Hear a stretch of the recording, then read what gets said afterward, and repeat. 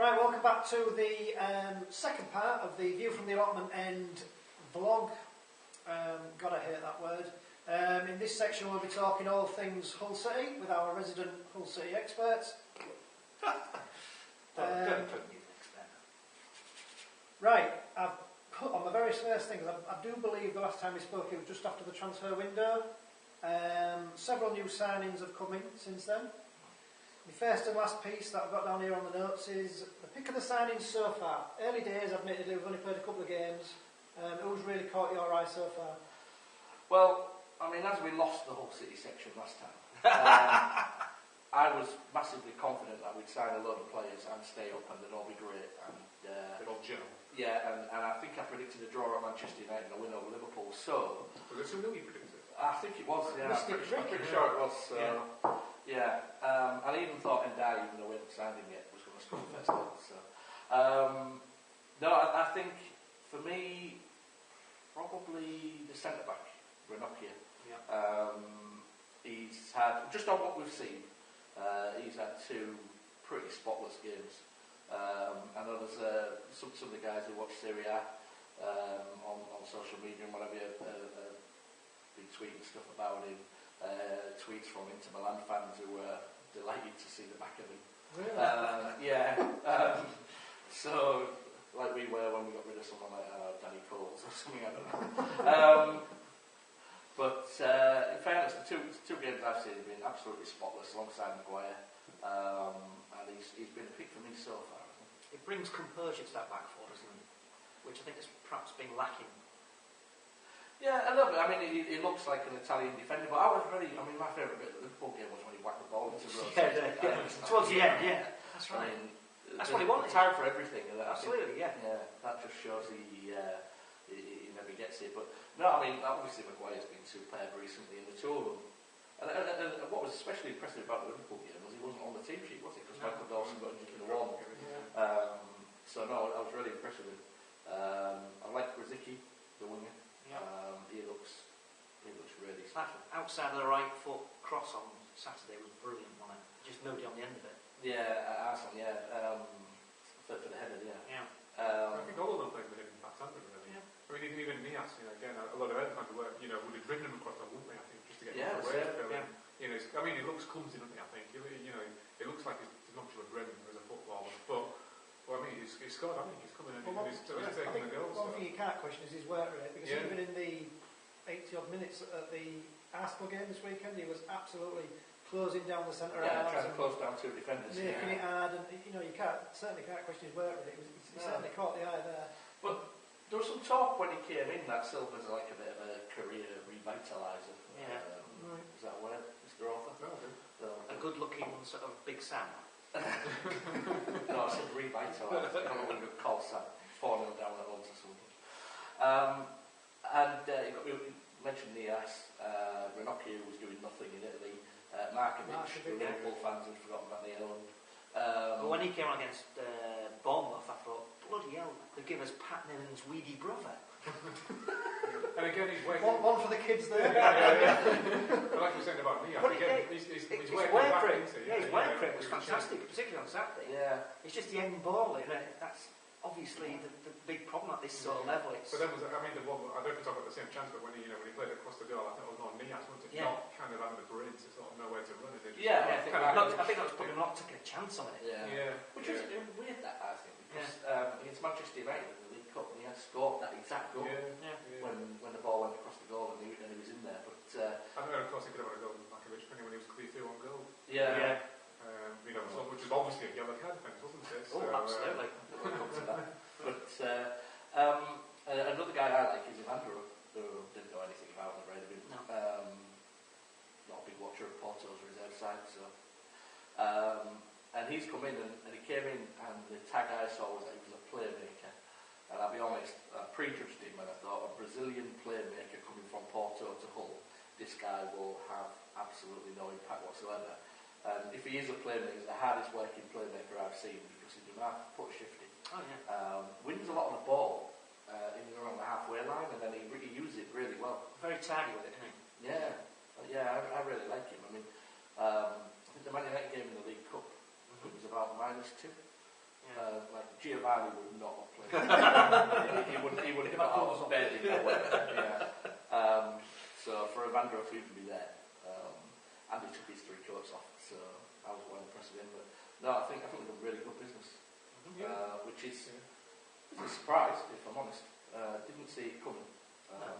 But in fact, I mean, the Alarms have got form, haven't they, for sort of doing nothing through these transfer windows. The Alarms. Yeah. And then the last 2 days, this like little light bulb goes on, and I think, oh, there's a transfer window and it's going to close tomorrow night. I better do something. So they go last minute splurging, like Darren's going to do for his Valentine's present on the way home. And I see this. Which garage are you going to? Yeah. Whichever one's open when I leave here. So you get a free Alfred and Darren with every single roast. Well, funnily you should say that actually, because the only place I haven't been impressed with so far was Endai. Admittedly, you three have probably seen more of City than I have. But I thought he looked a bit of a spare part on Saturday, to be honest with you. He had no real... He certainly didn't get in the game as much as he did against Liverpool. He didn't have a role for me. It was... No, well, he did against Liverpool. I thought he was really good. Yeah, really good athlete. Yeah. And I was really impressed with the fact that he was, 1 minute he was next to Tom Huddleston, holding the midfield, and then the next minute he was beyond Hernandez in the box.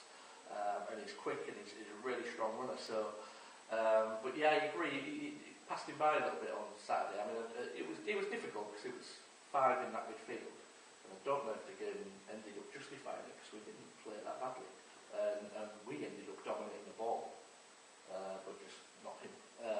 So no, I've seen him twice now. Very impressed one game, not so much the second. So yeah, we'll give him a shot. Yeah, that's fair enough. Yeah. You touched on beating Manchester United in the cup game. It was the complete opposite at Fulham in the FA Cup. 4-1 defeat. You went. What went wrong?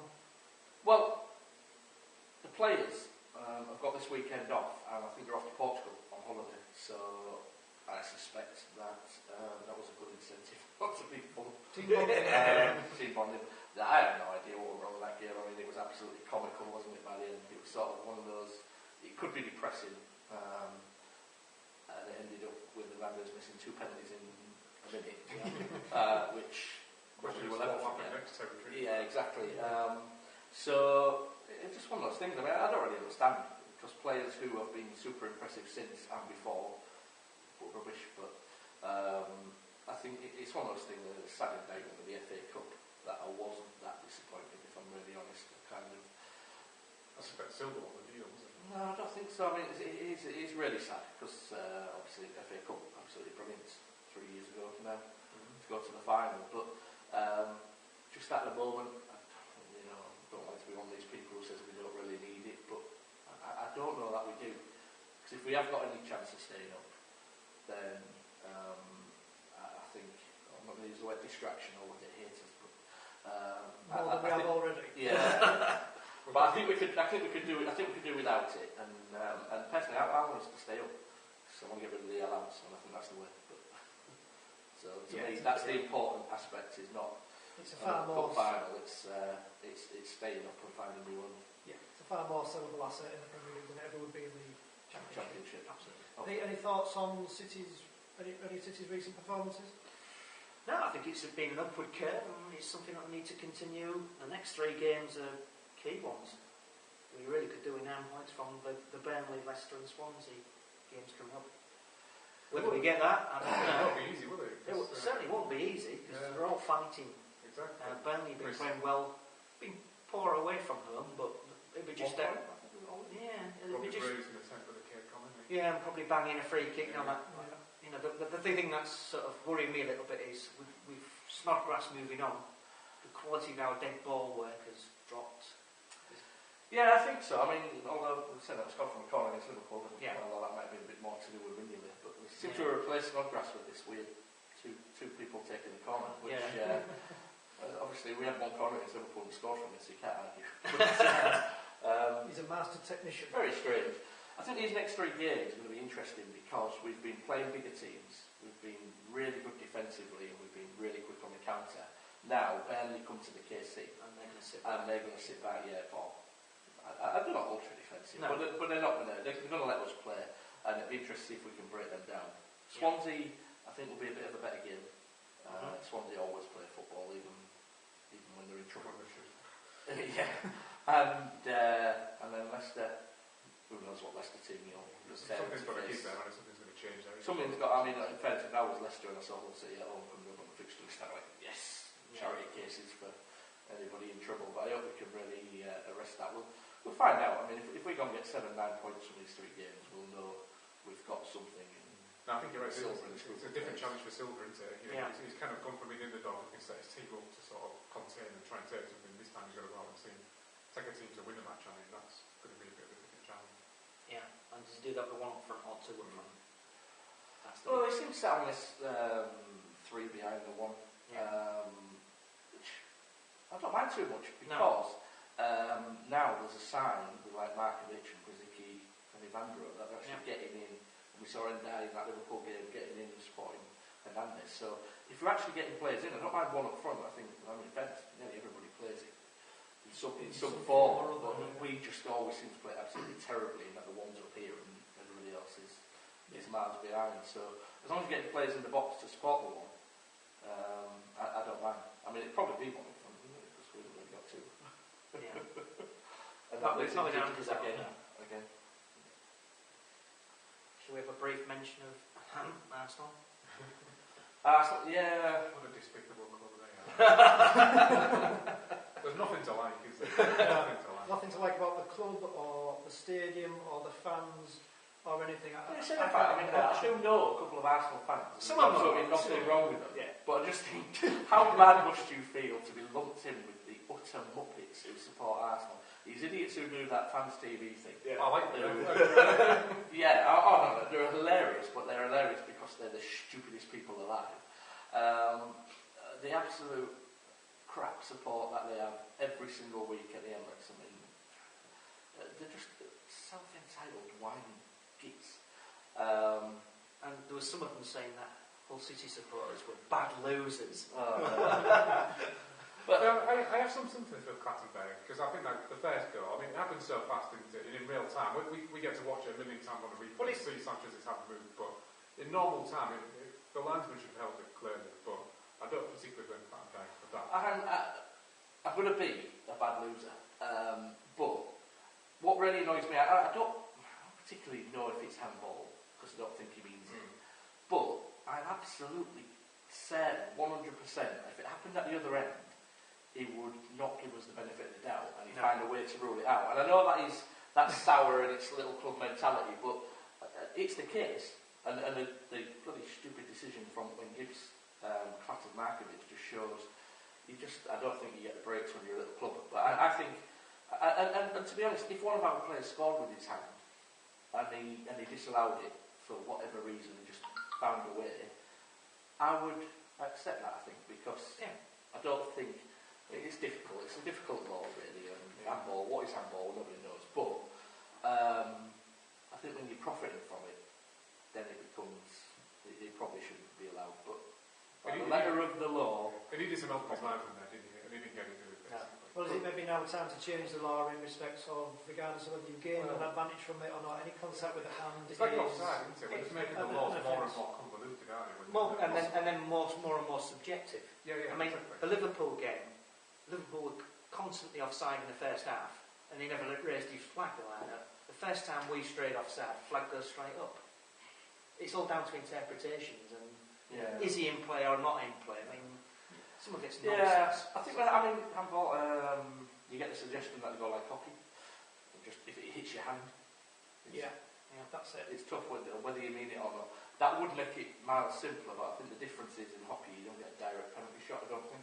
If it hits your foot, you get that corner thing. Yeah. So I think that's the problem with football. Is it would be miles easier if they just said if it hits your hand, it's handball. He's just slagged ice hockey off, and he has more idea of the rules than any of us. That's quite impressive. Hang on. Sexy women don't play ice hockey, to my knowledge. I'll gladly watch women running around in the Olympics playing field hockey. But even if they did play ice hockey, they'll have helmets on and they'll not have no front teeth. So we did a book section, we need to do the sexy section. We'll do these, yeah. Alright, but to the level like we'll do the page 3 guys. For me, Clattenburg should not have apologised. That makes it worse. That does make it worse. And whether it was a penalty or not, some people are saying it isn't. I mean, the Amanecta boys didn't think it was. In the Times, they were saying, and Howard Webb didn't think it was. Whether it was or not, if he goes and admits that he got it wrong, to then not send off Gibbs just shows a bottled it. I mean, that's the worst decision. In fairness, I mean, the Sanchez one is 50-50 at best. It is. Maybe I'm making up the 50 because it's us. The Gibbs one, I mean, I just can't see it. Can't see anything. I mean, in fairness, I've had some city fans messaging me saying... I think if there's a reason, it's maybe because the ball was quite high, wasn't it? So whether it thought... And it was a long way from goal. Well, I don't think it was so much the distance from goal. I think it was the height of the ball, wasn't it? When he controlled it as it came to him, the ball had kind of skipped away from him. Maybe that's what Clattenburg was thinking. I don't know. That's kind of how I was interpreting it. But Clattenburg pointed to say the ball had gone away from goal. But the ball went away from goal because Gibbs smashed himself through Markovic's back and the ball went away from goal. So. No, I think that's a ridiculous decision, but I don't think you're going to get it if you hold City at Arsenal, and it's small club mentality, but it's true. Well, to say, and for the record, I've got absolutely no complaints about the Lucas sending off. I mean, I don't think we can complain too much because every team is run for the cheats these days, isn't it? Yeah. That's just the way. I mean, it's not grass. Well, we're not. I mean, every team has cheats, and every team tries to sort of cheat to get an advantage. So it was on the wrong end of this week, wasn't we? Whether how intentional that was on Arsenal or not, no. It was still one of the benefits. But to say these things even themselves up for a season, they might for the top clubs. They do when you're battling relegation like that. They definitely don't. But you've got to go and make your own luck. And I think if we go and put pressure on Burnley and we spend 2/3 of the game around their area, then we'll get decisions, and whether they're right or not, you'll get free kicks, you'll get penalties. So you've got to go and you've got to force it to happen. It's getting tight, but I think we've got enough games to stay up, providing that we take our chances against the teams thereabouts. It's good games as well, isn't it? Yeah, I mean we've got Burnley at home, Swansea at home, Middlesbrough at home, Sunderland at home. There's 12 points there, theoretically. Yeah, I think Watford and West Ham to come as well. Tottenham on the last day. Tottenham on the last day when it probably would count, not that that's ever done us any favours, to be fair. We've had all the big clubs on the last day, haven't we? And not done particularly well, but... That's right. It'd be nice to go and start picking something up away, I think. Yeah. If we take these performances to places like Stoke and Palace could be the one. Yeah, that could be the one. So I'm a million times more confident than I was at the start of January, I have to say. The change of thing, didn't it? I think so. I mean, I thought the change was pointless unless you did something different. Back to manager, brought in a manager who can keep you up. So if we'd have gone and we'd have sacked Mike Phelan and brought in Alan Pardew or somebody, I would have said pointless going down anyway. The fact that we've gone and done something radically different, got a manager who's got a contacts book, brought in good players. Shall I give the Alans credit? Or will Darren be sick? But I don't know where he had stole his name from, but it is a cracking decision. And I really like Michael Silver, and I like the fact that idiots like Paul Mason don't like him, just actually get behind him a bit more. And he's been dignified. I mean, after Saturday, he said you get decisions that go against you, and Can City keep him? That's the question, isn't it? If it does stay, not beyond the summer. That's the thing, isn't it? Well, I think he's been really clever. I think he probably thinks he's been clever in getting him on a 6-month contract with nothing to lose. But I think Michael Silver's been clever because he's come here. He's enhanced his reputation over here massively, and he's going to get us a really good job off the back of this. Yeah. Happy with all the City talk? Yeah. Right, okay. That's it for the end of part 2. Join us after the break or in the next section, and we will discuss all things non-league locally with a nod to our host tonight, Hall Road Rangers. So come back to us for that.